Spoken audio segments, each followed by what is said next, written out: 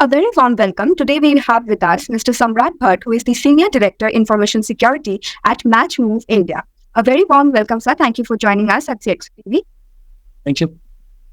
Sir, before we get into the discussion about the industry, we would actually like to know how your experience has been over the years, if you can share with our audience. Yep. This is Samrat. So I think I've got around 20 plus years of experience of core information security and IT.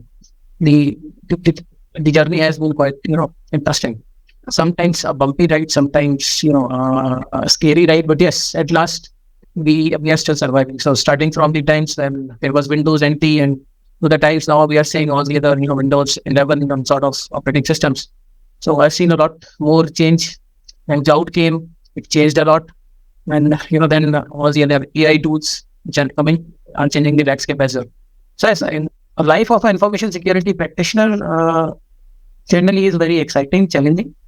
You just need to keep up the pace and keep on learning. Right, quite an adventurous journey indeed. Yep. Yeah. So, in the field of information security and IT, what do you believe are the most significant challenges currently faced by the professionals? And if you could discuss particularly a complex or interesting security incident you have dealt, and how do you resolve it? Okay, I think pretty exciting times these days for any infosec practitioner. So I start directly with one of the top contender. I think it's still the ransomware. The story started 2020. That it's pretty bad. 2021 still there. 22 and 23, and it has not lost its edge, I'll say. So it will continue to be an issue in 23, and it is continuing, especially as double extortion attacks and ransomware as a service. So they are becoming more prominent, and as a security practitioner, you have to take precaution, otherwise you will be in trouble. IoT security these days. So IoT meant a lot when it came, because we wanted to make the life easier and more convenient, both personally and professionally. It did it with a twist, because it made the life convenient for the hackers as well. Because now hackers have a lot more cyber landscape to actually get into your infra and do things. Starting from a smart fridge or a smart aquarium, we have seen a casino. That casino, there was a very big breach through a smart casino in Las Vegas. And we have seen a lot. The Mirai botnet attack of 2016. Took advantage of all the common IT pitfalls. So we need to be quite on toes. So another important thing is AI. Is it good or evil? Yet to be decided. But yes, if you are good, you are using it for a good purpose, it's good. And if you are evil, then it will be pretty good in your hands as well. So I generally say AI is like AK-47. It depends who is shooting, right? So it developed a lot of use cases, eased life, and developed a lot of attacks as well. So yes, going on, and need to be taken care of. I'll say used with care. To be used with care is the tagline.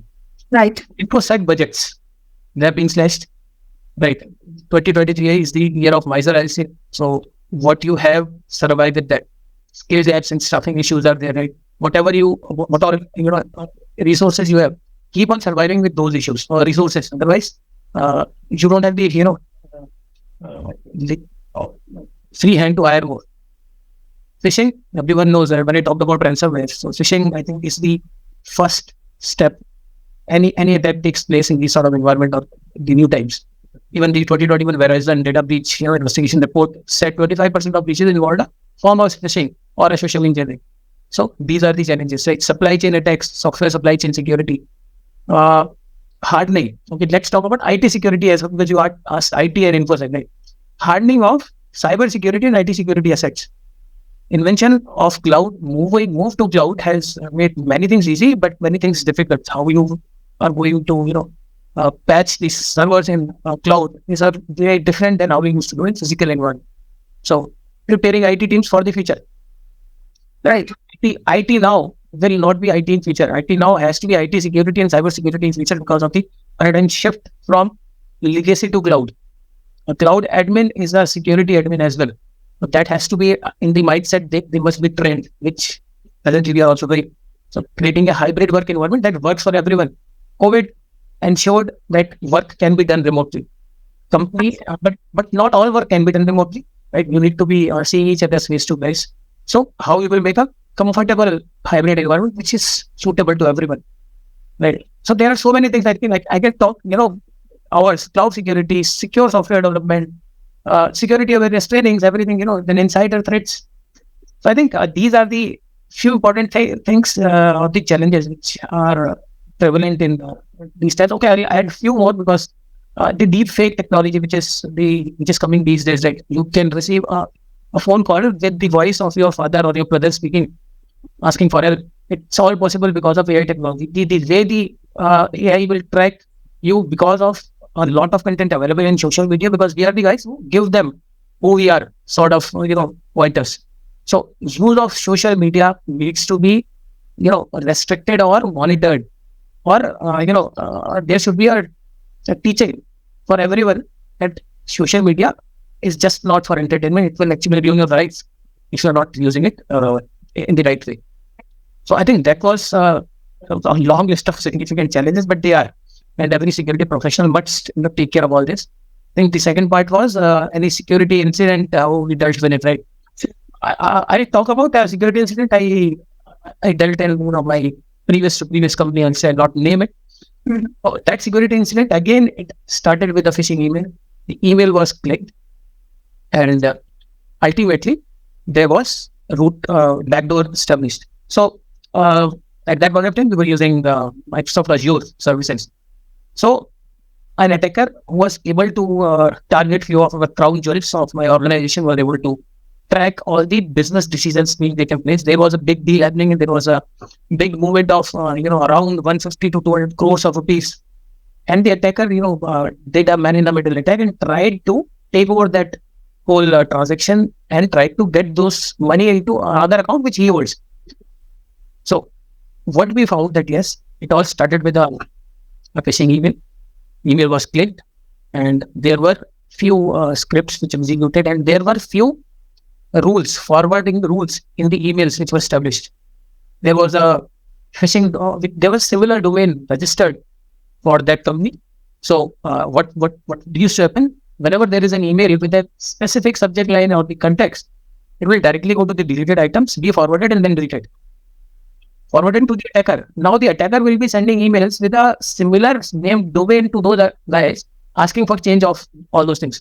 So it was tracked, and it was detected on I'll say the second last step of money transfer. So we were able to stop that money transfer. It all happened because our staff was properly aware of the security awareness training is so important in all the organizations, because the last line of defense is your resource or your employee. If they are not trained enough, so this was a real time example which could have beaten a lot of jobs if it was able to, the attacker was able to succeed. So I'll say, so we were lucky. Absolutely. So I think you have in depth rather explained all the challenges and given a first-hand experience that you had. So also agreeing to that security is one of the biggest concern in today's world. So in your experience, what are some of the key strategies organizations should adopt to create a robust and proactive security posture? Okay, a good question, I'll say. See, I say start with the risk assessment and management. A good risk assessment and good risk management will ensure that whatever business strategies company is following, and and what all InfoSec strategies or objectives you have derived from them, they must fall. They must be synced. So do a proper risk assessment and risk management, and conduct regular risk assessment to identify vulnerabilities, threats, and ensure that they are mitigated effectively in time. Security policies and procedures. So clear and well-defined security policies and procedures must be established, because they will guide the way for every individual what to do, when to do, and what not to do. Right. Now comes the employee training and awareness. I told awareness is the last resort. Sometimes it is said, but awareness is the first resort. You should use it. So all the employees must be trained. Employees must be trained according to their role level as well. Your crown jewels, your CXO must be trained specifically on what sort of attacks they might face. Your developer should have specific training on secure software development life cycles. So all those things must be taken care of. Access control and authentication. Proper access control and authentication will ensure that the resources are being accessed by the guys who are entitled to access them and what level of authorization is required. So use multi-factor authentication. Do periodic access control reviews to ensure legacy or ID or stagnant access are removed. When network security, endpoint security, both, you must be ensuring that these are taken care and these are well thought and appropriate tools and reviews are there. Vulnerability management, so ensuring that endpoints, servers, applications, cloud, all are all the issues, all the vulnerabilities are identified and mitigated within time. And most importantly, incident response plan. You must plan that one day you will be hacked. So I generally say there are two sort of companies in this world. One which are hacked and one which will be. So there is no other third option that no, we are safe. When they used to kid around each other, some CXO parents that you are hacked but you don't know it. Yeah. so prepare to fail. So your DR plans, your BCP plans, your I'll say the SOPs, your BCP drills must be done periodically. I'll say it's possible to do on 6 monthly basis for all the fintechs which are under RBI. They need to in either case do it 6 monthly because RBI has issued a notification. But I think the mandate is yearly at least. Security monitoring and logging. You must have a SOC or a SIEM tool which is monitoring all your logs 24/7, right? And take care of third-party risk management, I say, because most of the risks which you can't mitigate is on your partner's end of the third party side. Make sure that they are secure because they are utilizing your services or giving you these systems are integrated, API integrations, right? So continuous monitoring and improvement, I talked about it, and I say most importantly, executive buy-in should be there. Your CEO, your CTO must understand why you want to implement certain things and how it will be done. It's just not about the cost incurring. It's about securing something, because most difficult part of a CISO is to show the ROI. How a CISO can show a ROI for investment? Only a CISO can say that we have not been hacked and we have not paid fines. This is my ROI. So I think these are the most important things on a strategic point of view an organization should adopt and be aware of to create a positive security environment. So as you were mentioning a while back, also ever since COVID had hit, and we have seen that the entire world has gone remote, and there has been, even post-COVID, there have been a rise in remote work as well. So with remote work, we have seen the culture of bring your own device, and how you, if you can highlight, like how do you recommend organizations balance the convenience of such practices with the need for data security? Correct. See, bring your own device. Because of COVID, I think there was a rush of hardware. Every company wanted laptops. Every company wanted desktop. There was a time there was no system available with any vendor. So I think then BYOD was the crucial thing which happened. So first of all, what if you ask personally, I would say there should not be a BYOD.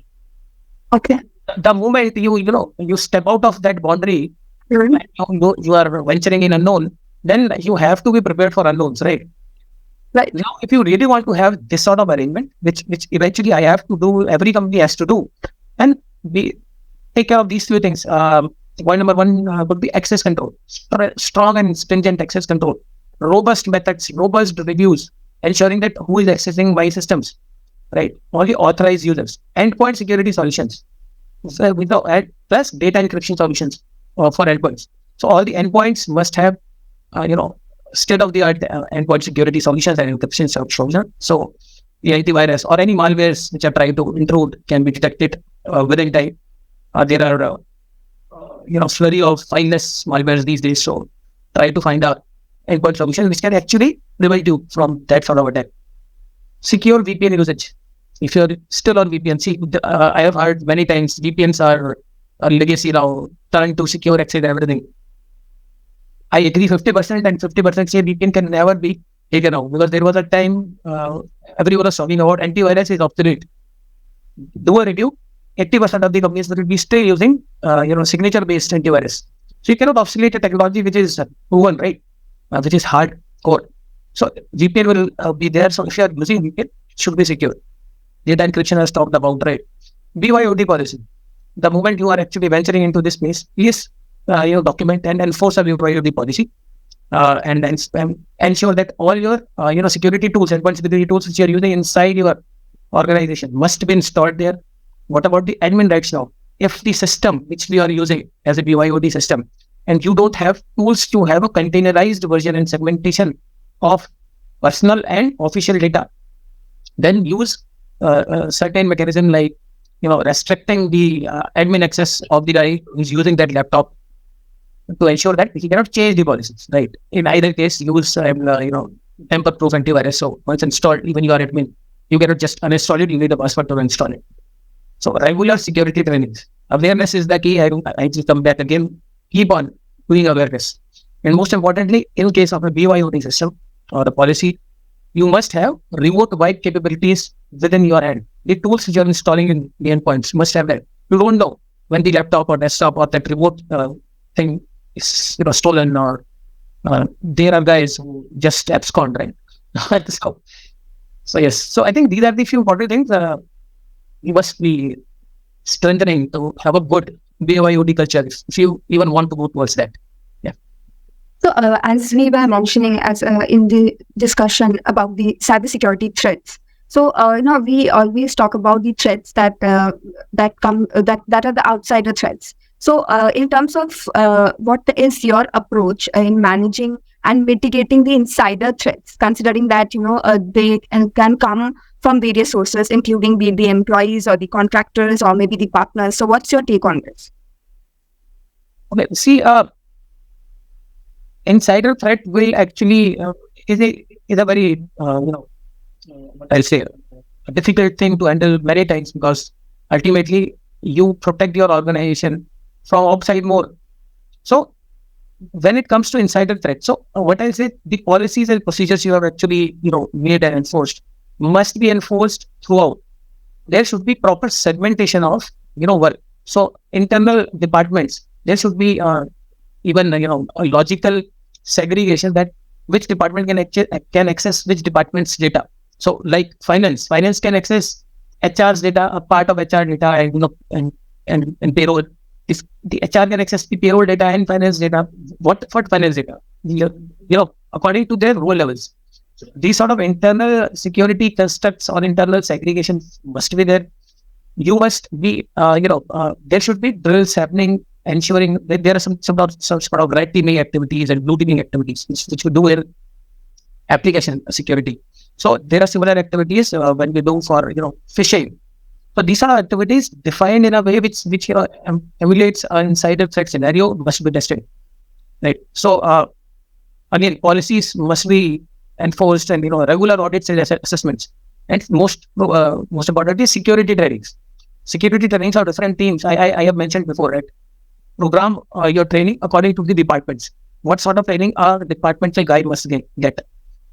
So I think proper access control, segregation of data, they ensure that even if a disgruntled employee wants to do some certain things, he or she cannot do it because he or she has the limited access. So break the access in different departments. I'll say this segregation of duty, maker and doer maker check, right? So a guy who can actually push data to a database must not be having access to purge it. I'll say. So these sort of small things will actually help us ensure security. So how do you handle incidents where there's a tension between the need for transparency with the stakeholders and the requirement to maintain the security as well? Yeah, see, whatever you do, there will be this scenario that there is a tension that you should be transparent, and what about the stakeholders? So I'll say you have to apply, divide and rule methodology. Sometimes you first of all look about how you are maintaining the security requirements internally. What sort of incident has happened, and that incident has impacted what at what level, I'll say, right? So you must have teams, or you must have strategies defined that, well, if this sort of incidents happening, then what should be my communication plan? What will I communicating to my customers? What will I communicate to my stakeholders or my C-level guys, right? And there are if you're in India, then there is a incident. You have to it has a certain monetary value. You have to report it to certain as well. So make sure the communications plan are ready. Make sure that you have your incident management plans worked out. Incident management call trees tested regularly. I say test them every year or test them every on every realignment of any department. There are departments, right? If you have your commercial department, it has been broken into commercial, which is taken care of one region, other commercial taken care of another region. Then do a call tree test. The call tree test basically you will assume that there is an incident, and how soon you can actually contact each and every endpoints and ensure that they know that there is an incident, and they must have all that playbooks that what to do when that sort of incident happens. So these sort of things. So how to handle internally and how it will be handled out externally, and how you will ensure that you will control it from the top. So that there should be an incident management team which should have senior business guys, which should have senior technical guys, legal, finance, HR, and infosec. So then you can actually handle these sort of incidents. Right. So as we were talking, we are discussing on the cyber threats. Also, in terms of the technologies, one of the happening technologies that we are addressing in today's time is the AI as well as machine learning. We also talked about it, yes, a while back. So, in terms of AI and machine learning, are becoming more and more integrated into the security solutions. So, what's your perspective on their role in detecting and mitigating threats? Okay, see, AI. I come back to the same thing. AI is what the user will be using it for. But yes, if you are actually trying to use it to secure, I'll say the information security of any industry, then it is a really good tool in it. That because AI and machine learning plays a transformative role in detecting and mitigating threats within any security solution. They can do repetitive tasks that a human cannot do for a long time repeatedly. And I think the speed would be thousands or 10,000 times faster than what a human eye can see. So you can actually do advanced threat detection. AI and machine learning can be trained for certain data sets that these are the patterns and these are the detections. So they can actually go through those data sets in just those large scale data. But there is there are a lot of security tools which are actually throwing in data, and that sort of data must be ingested. A human will take time, but these sort of AI tools, when they are actually planned well, trained well in those sort of data sets, will do magic. So advanced threat detection, they can do those threat detection in minutes rather than hours, which a human will do. Real-time monitoring, they can help real-time monitoring or a real-time SOC to eliminate the false positives and just focus on the true positives, what should be taken care. So threat hunting, there is a term called threat hunting. Then the AI-powered tools can assist in proactive threat hunting. They will detect a threat faster than a human because they will be churning in more data. But yes, all this has to be controlled by the policies created by humans, and a human threat hunter must train them. Otherwise, you don't know what sort of alerts they are going to throw. Right. Behavioral analysis that can be done very well by AI tool. Like I was talking about the deep fake. What is deep fake? A malicious implementation of a very good behavioral analysis done on an individual. Right? They track the behavior. They track how he speaks. Or she speaks. They track what sort of tone he or she uses when he or she is in stress. Now, all this is taken into served to you, and you makes everyone else like us. Right. Adaptive defense, vulnerability management, incident response. All this can be accelerated using AI tools. These are all the goods, I'll say, of AIs. On the other hand, there are very equivalent bets or evil for AI, but they're not talking on that. But yes, AI is a great tool in your tool set to help you in difficult times to act faster. Right. I mean, absolutely. What you said, it's like AK-47. Who is actually you? It depends on who's shooting. Yeah. So, could you elaborate on the intersection of compliance and security, and how do you navigate the complexities of regulations while ensuring a strong security framework? Correct. Intersection of compliance and security, very critical aspect of these days. Model business operation cannot work without these. So, your regulatory landscape understanding of your regulatory landscape is a must for a security professional to actually work along with all these strong frameworks, right? So there are so many things to be taken care of. GDPR, there is HIPAA, PCI DSS, ISO 27001. So what is your industry? What are you compiling, then what are you required to be compliant of. Accordingly, you take your step. Risk assessment. Assess your risk, where you are. Try to find out where you are, because unless and until you know where you're standing, you won't know where to go, right? So do that. Customized security controls. Just if there is a description in the standard, just not take it and use it at security. Whatever you are using or doing to secure your organization is your standard. So sometimes when I was previously helping other organizations for ISO, so they used to say what exactly ISO says. Provide us the policies of ISO standard. So I told them, no, whatever your policies are, that's your ISO. Let's work around it. Let's see where we are, and we will establish. So work with this mindset. Documentation and reporting, right? When we see intersection between compliance and security, if you have documented things clearly and reported them on time, you are on the safer ground. Regular audits and assessments will ensure that where you stand. Security awareness training, right? That will help you establish compliance as well. Because compliance is, have you trained your employees on a phishing attack which is prevalent these days, right? There are, since you are working on industries like banking or insurance, IRD and RBI will throw in their notifications that please provide us the proofs that everyone, all your employees have gone through this sort of training or not. Incident response planning, must think, try for a failure and how to retrieve from it. So assume that there will be an incident, do incident response drills. So there are many things. Vendor and third-party management you should be aware of. Then continuous monitoring and improvement. Legal expertise. You must have legal expertise within your company, or it can be from a outsourced resource. And ultimately, board and executives involvement. If the board and executives are involved with the security department to ensure that the business is going through the right direction and in a secure way, then this intersection works pretty good. In your opinion, we would actually like to understand what's the next big thing on the horizon for information security, and what are going to be the tech priorities over maybe the next 2 years, and how do you actually see the landscape evolving? Okay, I think few of the next big things, I would say that zero trust architecture, it is still a reality, but still for the next 2 years, you will see a lot of adoption for it. Cloud security needs to be more matured enough now. Guys have started using cloud, securing cloud, but the level of security and understanding has to evolve. AI and machine learning in security, right? So we have got so many, security tools, and how AI and machine learning can actually help in that positive way, which we have discussed before in the question. Identity and access management, right? This will still be a thing to be looked upon.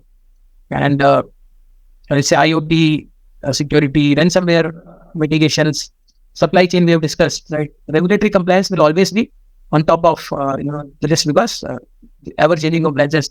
The new Indian data privacy laws came, so all the new Indian-based and organizations will start implementing that. I think that established a position of a DPO in an organization. So all these things take place, and I think most importantly, which I think the quantum computing and post-quantum cryptography, because that's the reality now. Then if it is practically evolved, it might be a next very big step, because then to break a quantum generated cryptographic control needs a quantum processing power, which not everyone has.